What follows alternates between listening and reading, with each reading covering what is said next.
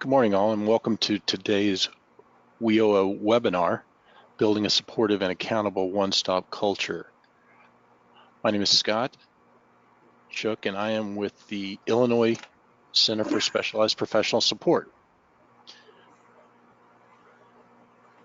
Today's webinar will be recorded and will be made available through the WorkNet website within a couple of days.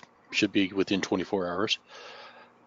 Every participant, all of the participants are going to be on mute, and would request that if you have a question, please put a question into the question box that's available through the webinar session. You also have the ability to enter information into chat if you have any questions. A survey will be sent to you at the end of this session, and we would appreciate your feedback on improving these professional development sessions. And with that, I'd like to turn the session over to John Marchioro, who will be leading our conversation today. Hi, good morning, everyone. My name is John Marchioro. I work for the Illinois Department of Human Services, Division of Vocational Rehabilitation in the Staff Development section. I'm also on the statewide committee for the WIOA Summit and also other various committees for WIOA as well. Today's presenters are from the Belleville America Job Center, which is in WIA 24. And they'll go ahead and be introducing themselves here in just a few minutes. But the team will be discussing how they work to support each other and hold each other accountable within their roles in their one-stop. This group spoke recently at the WIOA Summit that happened back in April. Very well-received panel of presenters. And coming off of that, it was suggested that they continue this conversation and speak again through a webinar-based platform, which is why we're trying to put this out today. And with everything beginning to really develop regarding service integration and the self-assessment activities, some of which are starting as early as this week, it's a perfect time to really hear more about how we can be accountable to each other through what we're doing, support each other, so that we can move through this very critical work that we have ahead of us. So again, please feel free to put any questions or comments that you have in the chat box, and those will be addressed throughout the presentation. And so with that, I'd like to go ahead and turn it over to our first speaker today, Matt Jones. Matt? Morning, everyone. My name is Matt Jones. I am the program coordinator for St. Clair County Intergovernmental Grants Department, the Workforce Development Group. And I'm going to introduce the other presenters here in a minute. We administer the WIOA program in LWIA 24, which is a 5-county region, which includes St. Clair, Clinton, Randolph, Monroe, and Washington. And again, as John mentioned, we are talking about our culture at the One Stop in the Belleville office. So with that, I'm going to go ahead and introduce our 3 additional presenters, and then I'll turn it over to those folks here in a minute. We have Jeff Campbell. Jeff is a specialist in adult education at Southwestern Illinois College. We have Susan Chapman-Schultz. She is the Rehabilitation Services Supervisor with the Illinois Department of Rehabilitation Services. And then we have Dawn Swift, and she is the local office manager for IDES there at the Belleville Center. So with that, again, these represent our 4 core partners at the Belleville One Stop. So if we could maybe flip the next slide.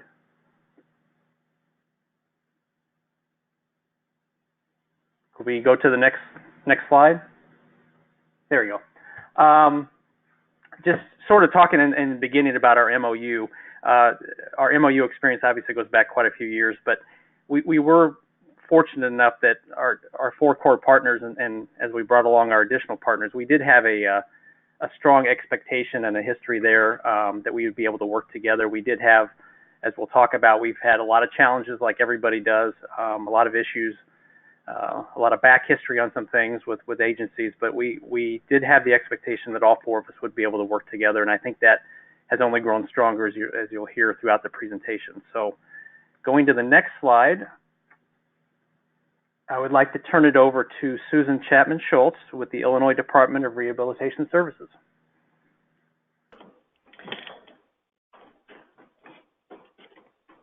So one of the things that we talked about presenting is some of the challenges that we had.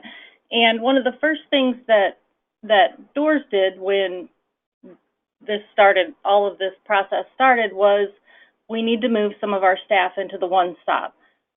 So I had 3 counselors, and they each spent a day at the one stop, is how we set it up. So there were challenges with, of course, getting that set up, but those were mostly logistical things like work locations and sharing space. Dawn was wonderful about getting us our own space so that the counselors had a desk and a place to work from. She was able to get a phone set up for us. Took us a while, but working through central offices, we were able to get the internet set up, copy machines, that kind of thing. One of the things that my counselors have had difficulty with is sometimes they need a private space to meet with customers, and both the staff at IDES and with the WIA have been really accommodating to let us use the private conference rooms so that they can meet with the customers. I had a little bit of pushback from staff. Well, how am I going to get all my work done if I'm there? That kind of thing. But they all meet with customers at the one stop. And they are at kind of a desk that's in an open location. So they try not to schedule initial interviews where they're getting a lot of background, that kind of thing there. But once they got there, it's really been positive. And I'm going to let Dawn kind of take over here and talk about her staff and where they've been. Good morning, everyone. Basically, the challenges that I found when I first came into the office, I'd actually been with the agency for 19 years and was in other offices and became manager about 2 years ago, maybe going on 3, I can't even remember now. But basically, the thing that I noticed the most when I first took over manager was the negativity and the bad history, and that there was, as we've heard the word used before, silos within the office. You had IDES, and then you had our Title I-B, and when we had our adult basic education up front, and they were really not talking. There was a sort of a kind of a stale atmosphere. So one of the things, after going to a few of the meetings, understanding as a new management what WIA was letting the staff, taking away the bad history, taking away the negative thoughts, and letting them all know we're in this together. Someone that at one of the meetings had mentioned that I keep going back with the staff. If one agency fails in this, we all fail. So we all need to work together because we have one goal. All of us have one goal, and that is to assist employers and job seekers. So that was one of the things that I communicate to the staff, and I am continuously communicating that. That is still a challenge to today. I mean, it was just a couple of weeks ago I had a staff that, well, I didn't know that. Yeah, we've talked about it in meetings. You know, you've been in their meetings. We've been in meetings. We've gone to summits. This particular staff had gone to summits. So it's a challenge to keep them motivated and to keep them understanding. One of the things that I did was I shared, we identified with them what our common goal is. I mean, nobody can deny that. We're here to help the job seeker or the employer.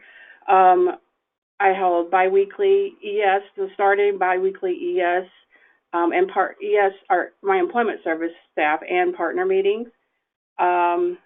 Quarterly resource staff meetings, so all of the resource staff get together quarterly. I'm going to try to change that to do every other month now instead of quarterly, because I think we really need a little bit more. And could you go to the next slide, please? Okay. We have a weekly orientation, and that was one of the real positive things that occurred in the office, because the staff get to know each other. The biggest thing I found is leading by example. I had to show and Susan would come into the office, and we communicate with each other in the office. We have a really good relationship. Rick Stubblefield, Matt Jones, Jeff, the staff sees us talking with each other, communicating with the staff, what I hear at meetings immediately when I get back. Those are the things that I found really do work well with the staff, to let them know what's going on. I'm trying to... So to speak, this is Susan, to speak to the weekly orientation, I think one of the things that we did that actually really kind of brought staff together is there's someone from each agency that does a part of the orientation. Mm-hmm. So every week, the staff get together and they do the orientation for new customers. Mm-hmm. And I think that's been kind of a big part. I know that the staff person who happens to be there on the day of the orientation loves it. I mean, she really feels like a part of the team, and I think those kinds of things, those little things make a big difference. We looked at different things that increase partner participation, and I just came up with a bunch of lists, but a list of different things. One of the things that has been beneficial for Doors is we are in the schools a lot with students who have special needs, and we have transition fairs, that kind of thing. And there are staff from the One Stop that come into the schools with our counselor, go to the transition fairs, meet the students who are coming out of school, and not just the students, the parents as well. So we've kind of presented a kind of a united group there to help serve the customers in the schools. Mm-hmm. Another thing that I have started doing was we have cross trainings, of course. I also included things that kind of promote the staff talking about things that might have occurred, and sort of building relationships, basically. Having active shooter training, suicide prevention, the QPR, where question persuade. This promotes a lot of conversation between staff, all of the partner staff in the building. Because the main thing that I keep telling the staff, when the person walks in that building, they should not know who IDES is, or who DRS is, or who Title IB is. They should just know that they're going to be taken care of when they walk in that building. So if they have relationships, they're going to immediately think about their partner and refer them on, and it's just going to be a flow that occurs. There is challenges. I mean, we had challenges with our orientation. Yeah, getting it going, and once we got it going, the different, like some of the staff walking out and not staying there to the very end, so we had to work through that. We have, Susan addressed with me an issue with one of the staff had said something that maybe should have been said to a job seeker, but we worked together. I didn't take offense to that. She approached me with it, and we took care of it, and it was over with. So there we have challenges. It's definitely not perfect, that's for sure, but we just talk about it. The main thing is talking. That's true. Mm-hmm. The next thing we have on here is the business services team and Nexus. And Matt, do you want to speak to those? Absolutely. Again, this is Matt Jones, and speaking just quickly about the business services team, kind of just piggybacking on what Dawn and Susan talked about, developing relationships. The business services team had existed in years past, but really was revitalized in 2017. We brought all the partners together, and it really has grown in that couple of years. And actually the collaboration that we have actually was a great benefit to us receiving the apprenticeship expansion grant, because what we do now is our apprenticeship navigator really guides and leads and directs the business services team in a lot of different ways related to work-based learning. So there's that collaboration, again, that just was vital to not only getting the grant, but moving forward with the business services team. We're at approximately about 15 active members. We have a few more members that aren't as active, but about 15 active members. And again, some of the things that we've done to help collaborate and develop relationships, we utilize Illinois JobLink as a data sharing system, just basically as a way to share case notes and visits with businesses to make sure that we're not stepping on each other's toes or going to meet with the same business. And if somebody does get contact with a business, whether it's related to apprenticeships or some other service, that we go into the system and try to see, if somebody else had recently talked to him or had a relationship, and try to build on that relationship instead of, again, stepping over each other. We also are in the process, the business services team is going to start sharing an Outlook calendar as a way to share information as well. As part of the apprenticeship grant with our navigator working with the business services team, he has done a variety of things, including a SWOT analysis, strategic planning. They're in the process of doing asset mapping.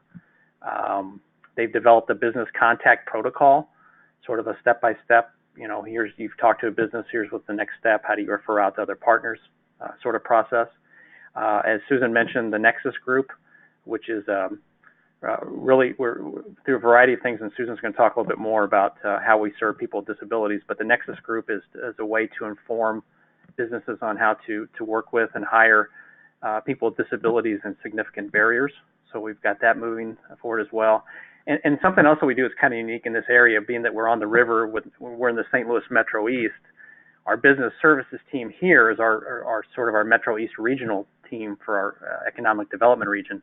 But we also share and meet with the St. Louis business services folks across the river as part of a quarterly meeting. The WIB directors meet and the business services folks meet as well, and to share things that are going on and events and different things. And it's been a great tool for collaboration across the river as well. But again, I think the business services team is, I know throughout the state, business services teams are at different levels and different they're functioning in different ways, and some folks are really collaborative and some aren't. I would say that we have the advantage, again, of our partners doing our best to try to break down the silos. We do still have challenges, and everybody occasionally does retreat to their own territory, but I think it's been a great tool to serve businesses and ultimately serve job seekers as well. So I guess that's pretty much it on that. Could you speak to, we have a question that came in, could you speak to who makes up your business services team? Well, it's comprised of our core partners, our 4 core partners, and then we have some additional partners that are involved as well, community colleges. We have a lot of different vet representation on there. So again, that's about a 15-team member comprised of core partners and some of our extended partners as well.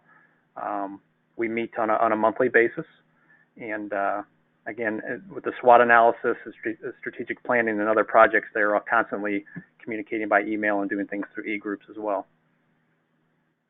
Don also brought up that LWIA 22 is a part of our business services team also, which we all kind of serve the Metro East St. Louis Metro East area. So we all serve this area, so we meet together.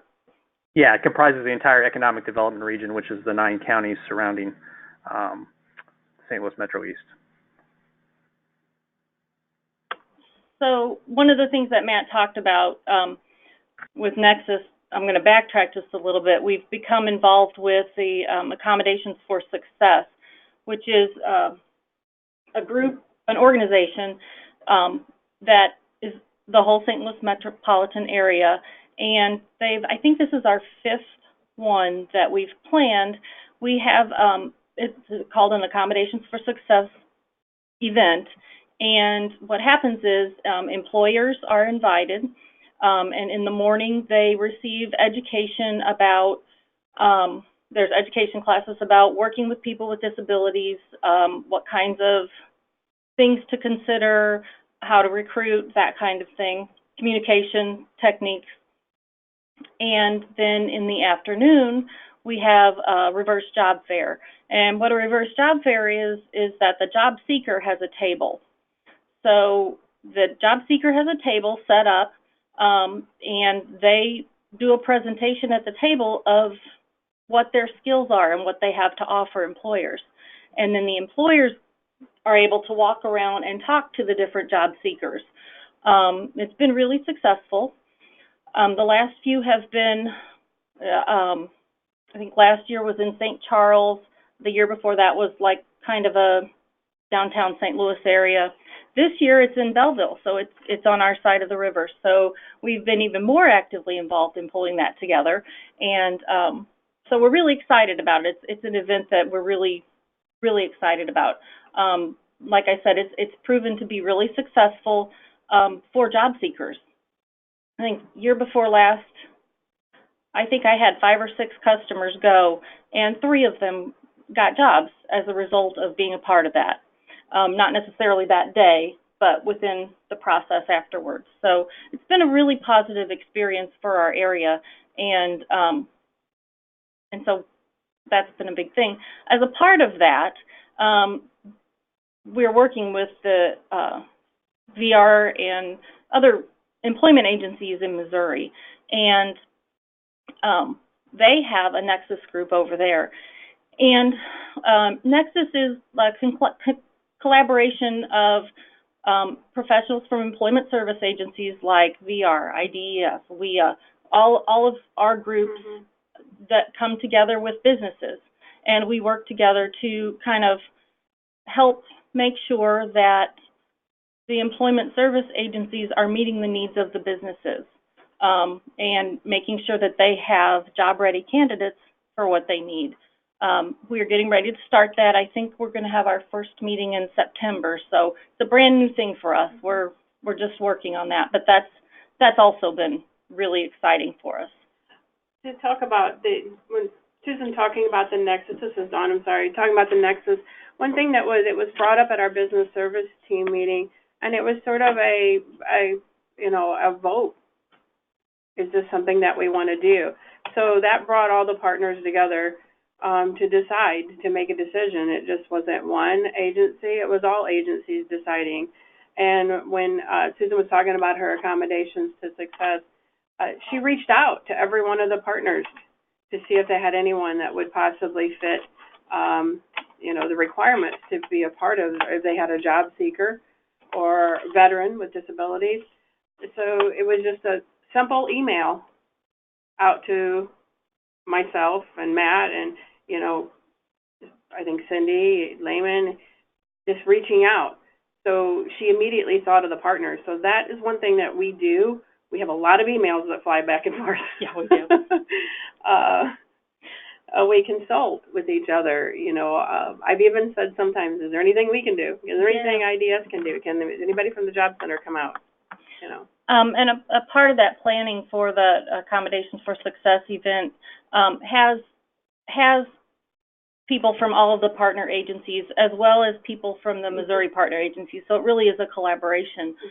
We had a meeting yesterday. We have 21 businesses so far that have signed up to be a part of it, that have committed to come, and they're coming for the education, and then they're also going to be there for the reverse job fair to try to recruit people to meet the needs of the businesses. So that, as Matt mentioned, the collaboration with Missouri has really opened up some new things to us that we hadn't thought of before.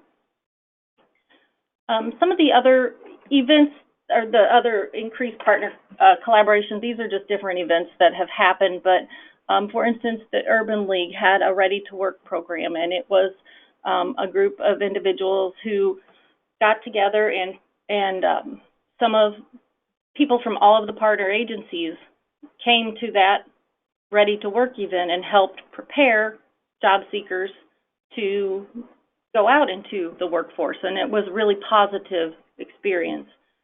Some of the other events, we had like a summer sizzle program helping people who were interested, and this was just at the library, pull together how to look for a job, how to develop a resume, those kinds of things.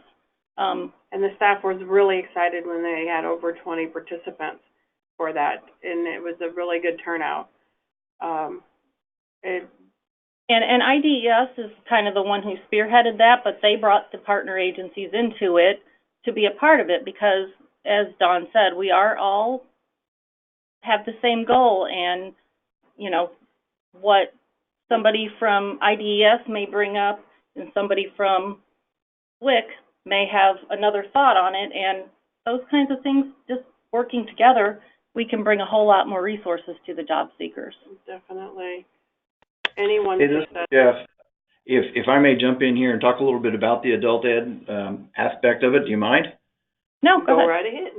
All right, thank you very much. This is Jeff Campbell. I'm the adult ed representative here at Southwestern Illinois College in Belleville.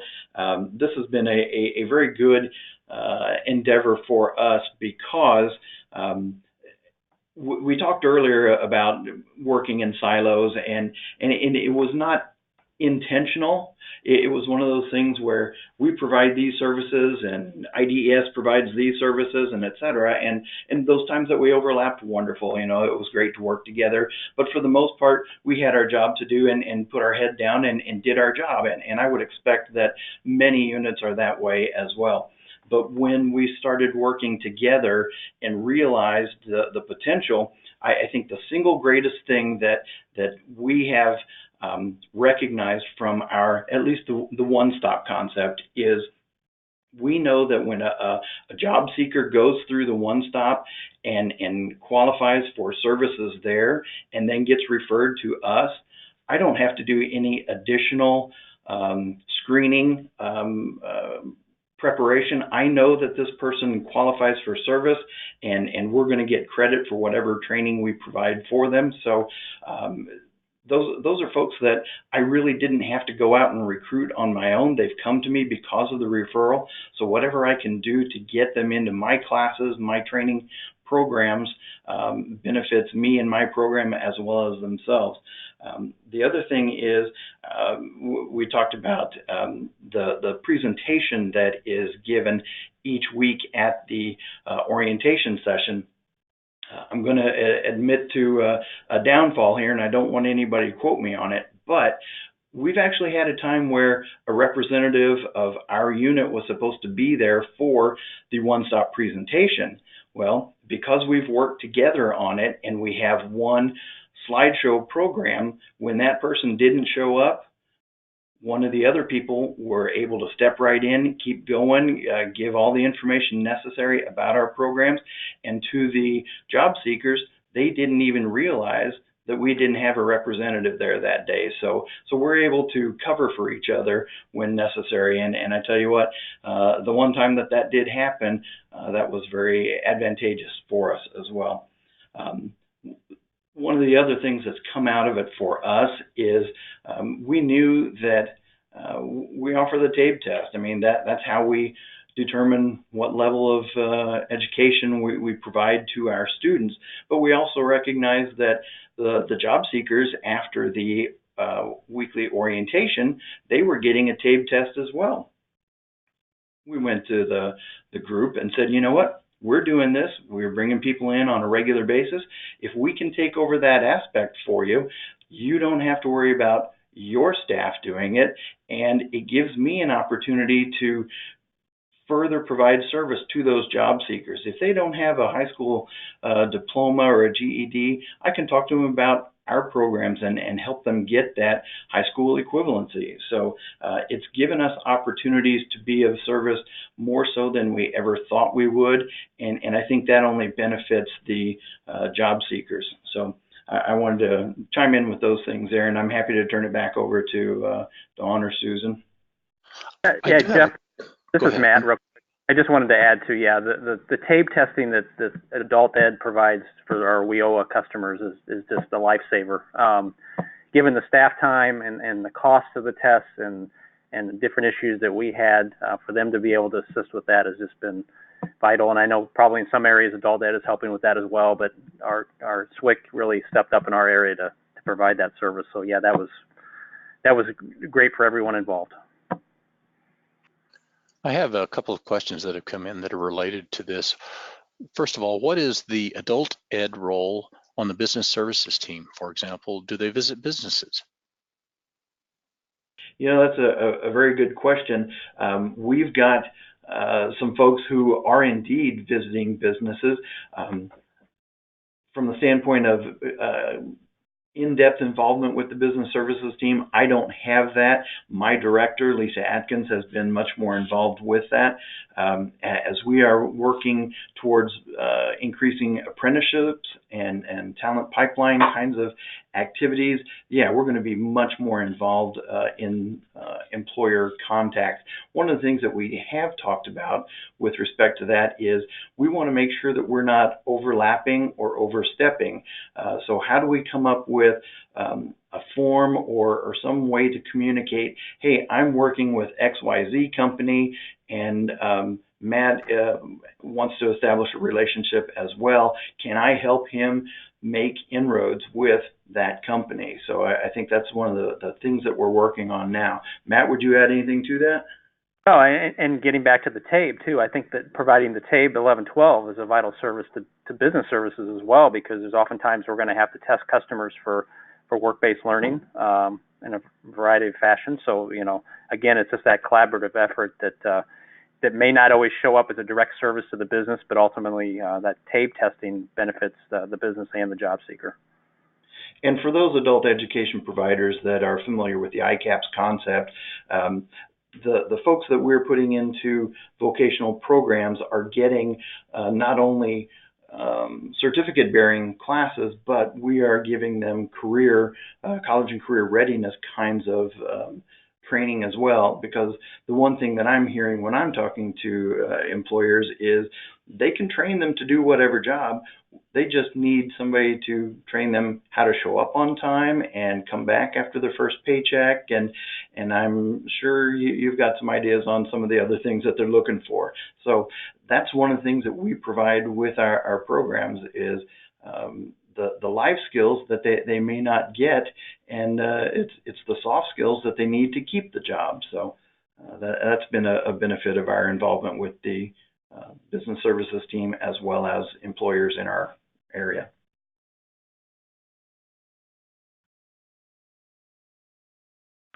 Okay, can we move to the next slide, please?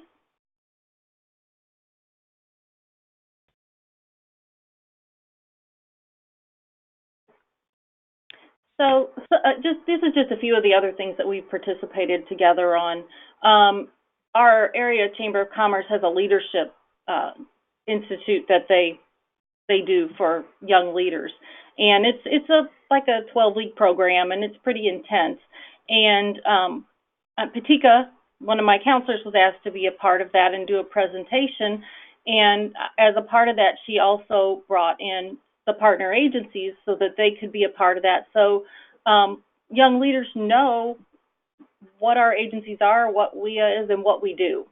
So that has been kind of a good thing to get that word out there to our up-and-coming leaders in the area. I wanted to touch base on what Jeff was stating about that he felt comfortable when something was referred from one of the partners. That I find is more of a trust thing. We've built a trust between all of us that we know that they understand by meeting the employment specialist in the office or the career counselor when they're there in the office and actually getting them together, that they trust this person is sending them qualified people or people that have been vetted and are ready to go right into programs. So that's how we work, and I mean that's how I have just have noticed it. Is that it just seems that the staff, because they share with each other, they talk with each other, they build that relationship and they trust each other, that they know that when they hand them off, they're going to be taken care of. We, of course, have our referral form. Did Jeff talk about that? Jeff, you want to talk about the referral form? Yeah, Jeff was going to talk about our referral form. That's on the next slide. If you want to advance it, if you were ready to go on with that, there we go. Okay.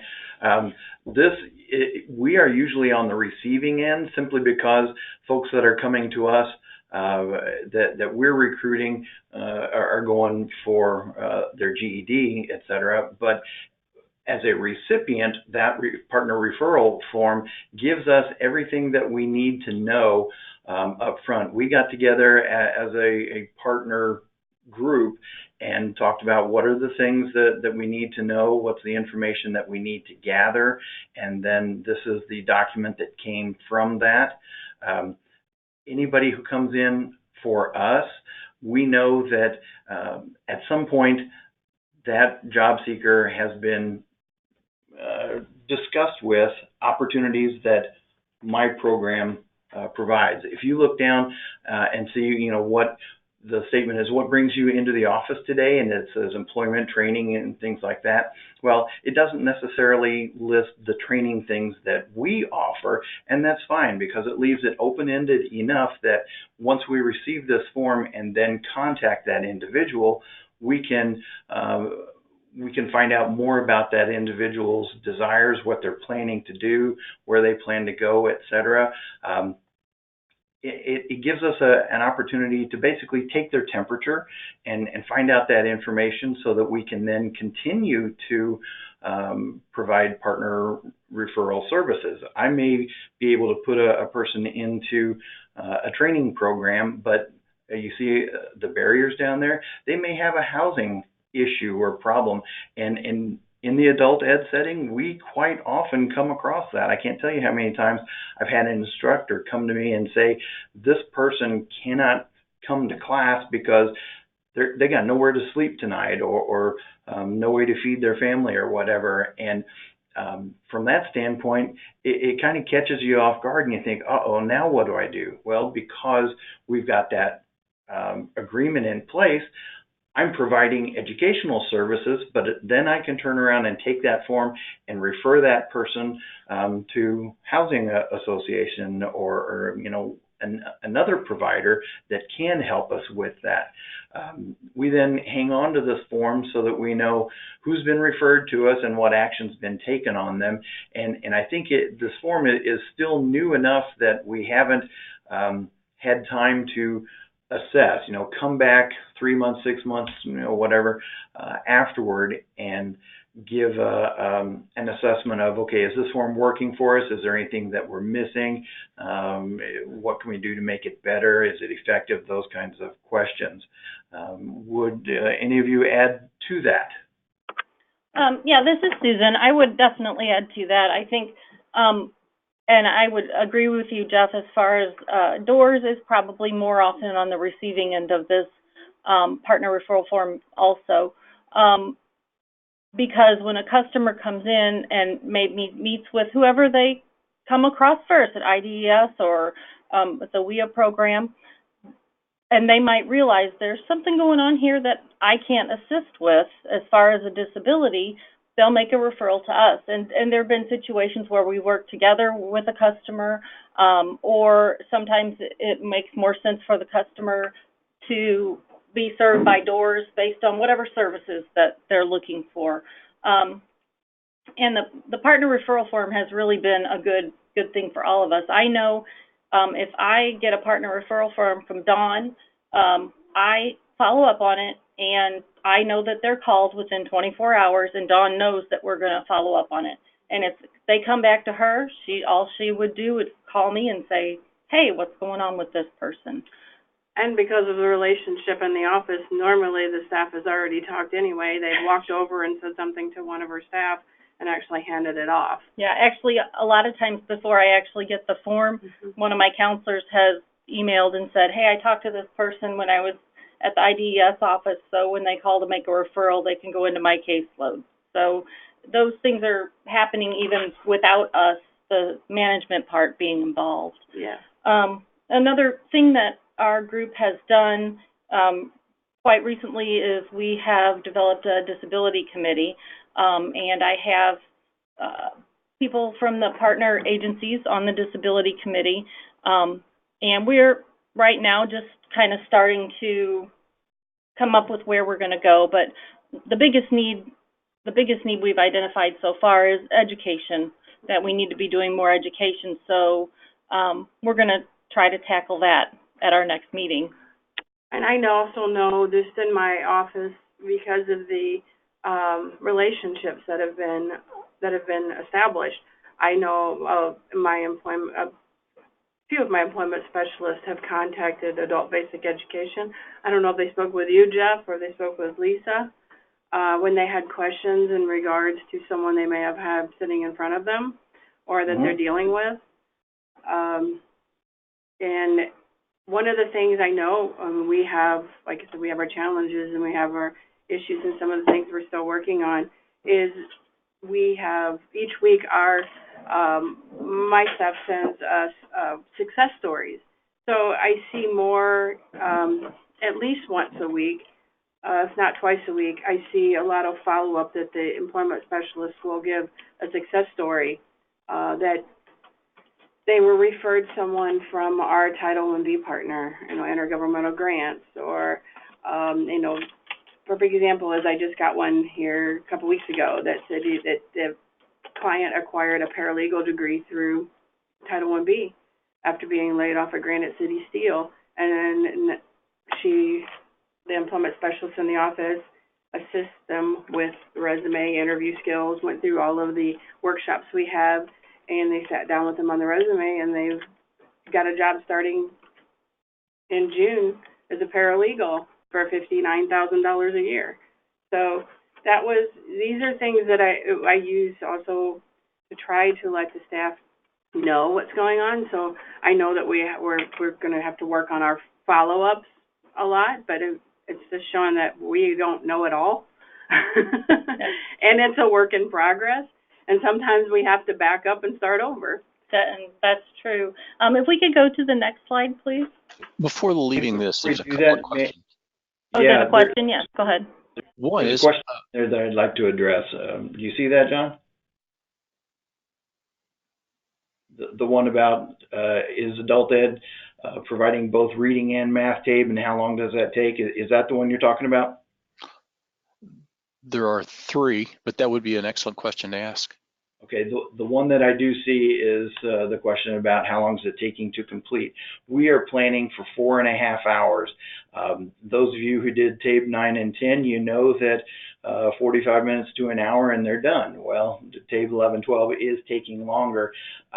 It's one of those things where new folks coming to us don't know how long the prior version took, and that's just the simple fact. That's what it's going to take to get this completed in order to provide the service necessary. And so we tell them at the time that they call for an appointment, we've got set days and times, and if you're late,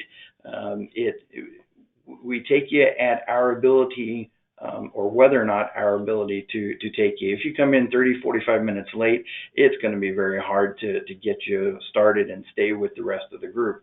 But we do offer both of those, because what we're finding is that there is additional grants and funding available that we can work together with IGD to provide a certification class. One of the programs that we try to get folks into is a welding program.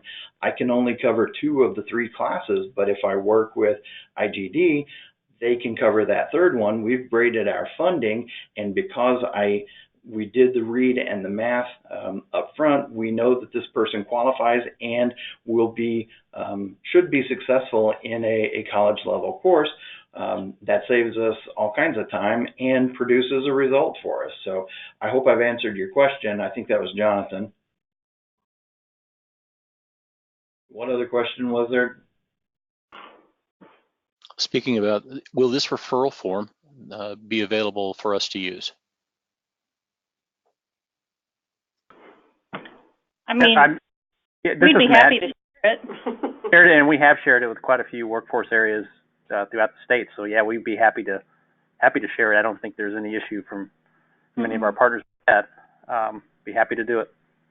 Yeah, if there's our emails are at the end of the slideshow. Feel free to email one of us and we'll send it to you. This may be a question for WIOA reps. Is a customer signature required for the partner referral form? So, It is, yeah. It's on there, signature. And maybe Dawn and Susan can talk to this more, but I think we always require the signature, don't we?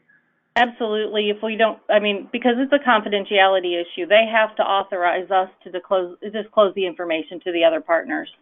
And normally it's only being filled out if they're sitting in front of them anyway. Yeah. okay. That's it.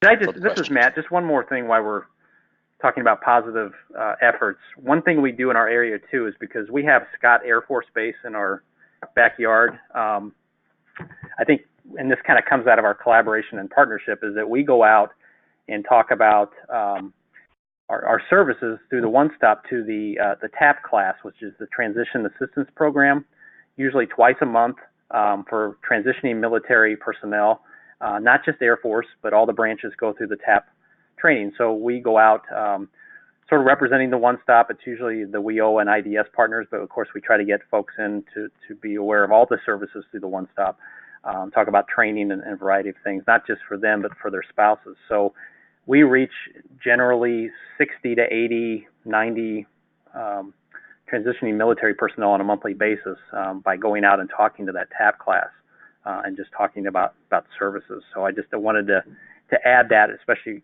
given the fact that we have one of the largest Air Force bases in the country right here, that we work on that as well.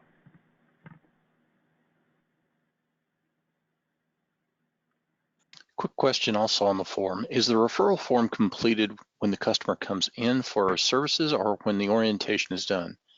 Is delay of services considered? How are services addressed at time of the visit to the center?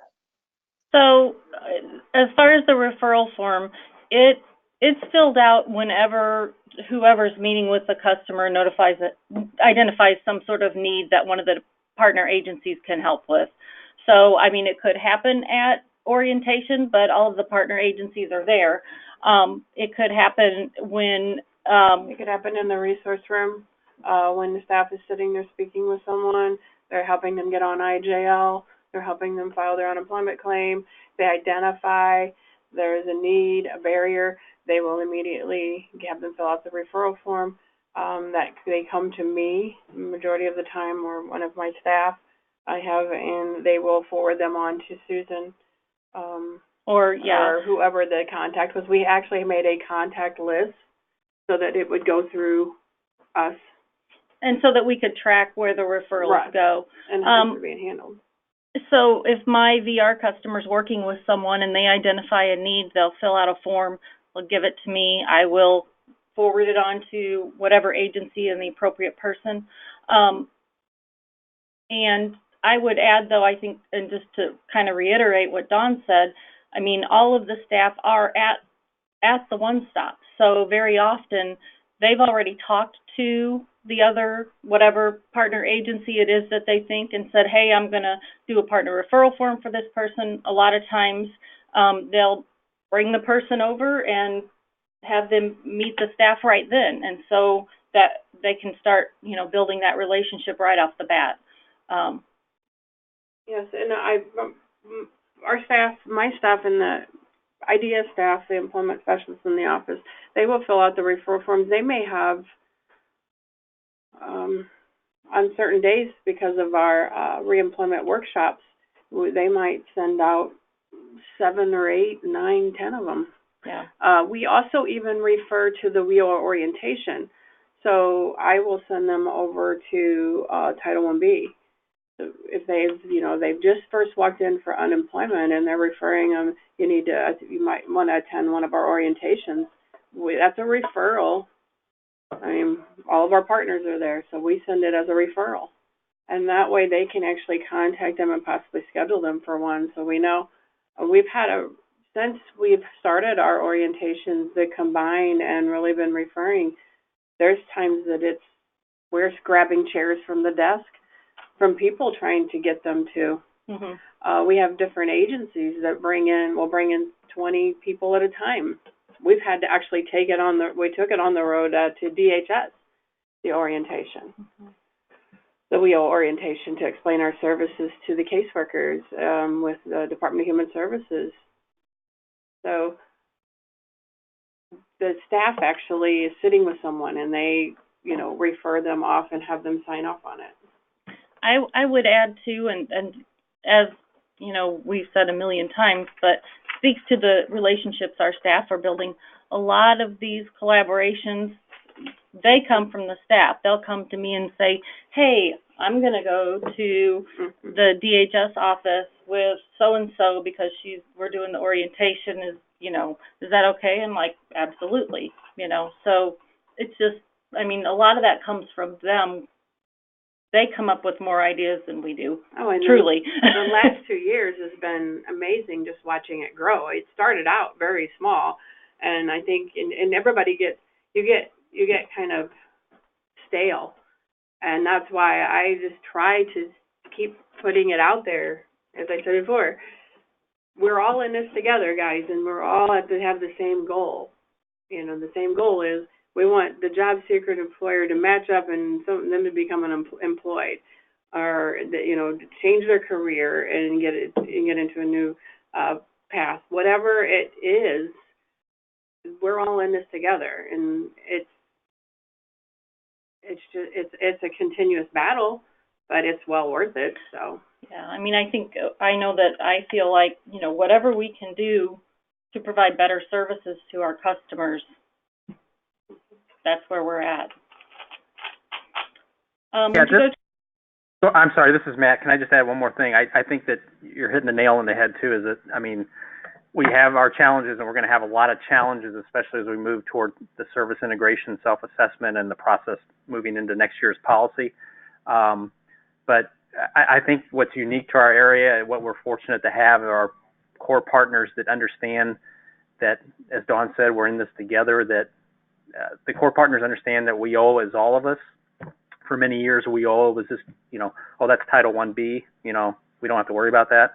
And I think the partners here really, especially in the last few years, have grasped the idea that WIOA is all of us. And like she said, we succeed together, we fail together, and we really try to pull that together. We still battle the same issues and deal with challenges, but I think that everybody here really gets that concept, which I would argue is probably not always the case in all areas, but again, we're fortunate enough to have partners that do understand WIOA and how we need to move forward. So I just wanted to add that. I'm sorry.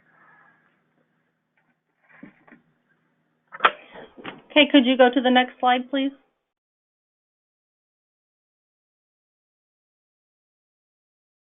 And this is nothing we haven't said before. And I would say, Dawn, as far as relationships, that's really one of the biggest things that has made a difference. Dawn is the, what is your title? Local office administrator, manager. I didn't have the right name. But she's a big part of driving this, because she's the one who is there day in and day out, as far as the manager that's there day in and day out, who says, hey, why don't we have a potluck, or why don't we, whatever. But those kinds of things, while they kind of seem small, that's what lets those relationships and I build. think that is just how we've all, from the very beginning, we each had our own role in the one stop. I know that since I'm there, this is what I should be doing. This is my part. And Matt handles a lot with the one-stop certification and consults with me. And Susan handles with MOUs, and I mean, it's just, we all just have our roles, but we work well together. And why would I not be the one, to, try to get the staff to work together? I'm there all day long. So I see where the issues we might be having between staff, if there's any issues, which, don't get me wrong, there is sometimes different personalities, but I have to keep pushing at them that you may not care for this person, but we got to work together. Like the personality, we got to work together. So don't let it show to the customer. So I think that's all we have. Does Jeff or Matt, do you have anything to add? No, I think we're good. We did have one question that came in, and it was, what is a transition fair? I think that was mentioned on our previous slide. Sure. So the local high schools, very often have transition fairs or the transition planning committees in the area. And so we have transition fairs. The idea is to help students transition from high school into adulthood. And there's typically geared towards students who are graduating or junior or senior year, and resources come to them to say, hey, this is out here to help you move into adulthood.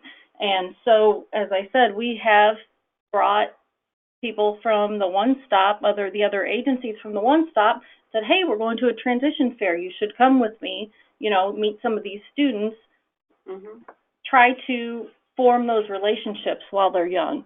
Doors does a lot of work in the schools, so I think we've been the one who has been inviting people to come with us to the transition fairs. But as well, the WIA program has their youth summer program that they do, and a lot of students become a part of that to get some work experience. It's just we all have a piece that can help students. So that's what they are. I think the next slide just kind of talks about how we problem solve and plan for things. I mean, we do get together regularly, but more often it's an email or, hey, can we do a phone call at this time so we can talk about this, that kind of thing.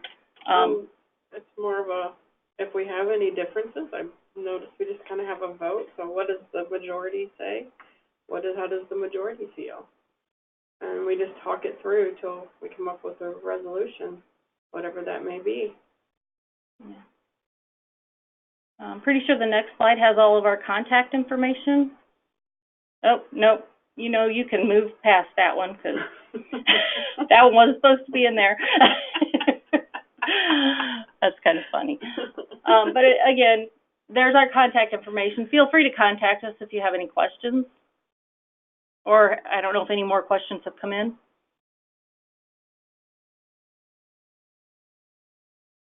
No more questions have come in, but I do have a request, and if I could receive a copy of the referral form, I will send that copy. It's been requested by multiple people, and I'll send that copy to the participants of the session.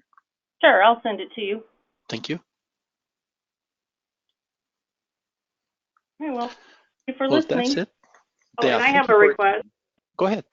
If they get the referral form and they figure out a good way of a tracking system, let us know. Share. It's a great idea. As I said at the start of this session has been recorded and it will be made available on the Illinois WorkNet website within the next couple of hours or a couple of days. You'll be receiving a survey that we would encourage you and ask that you complete and send back to us so that we can look for new ways to improve our professional development sessions. And with that, I would like to say thank you for attending, and thank you to our panelists. Thank you. Appreciate it. Thank you. Thank you. Thank you.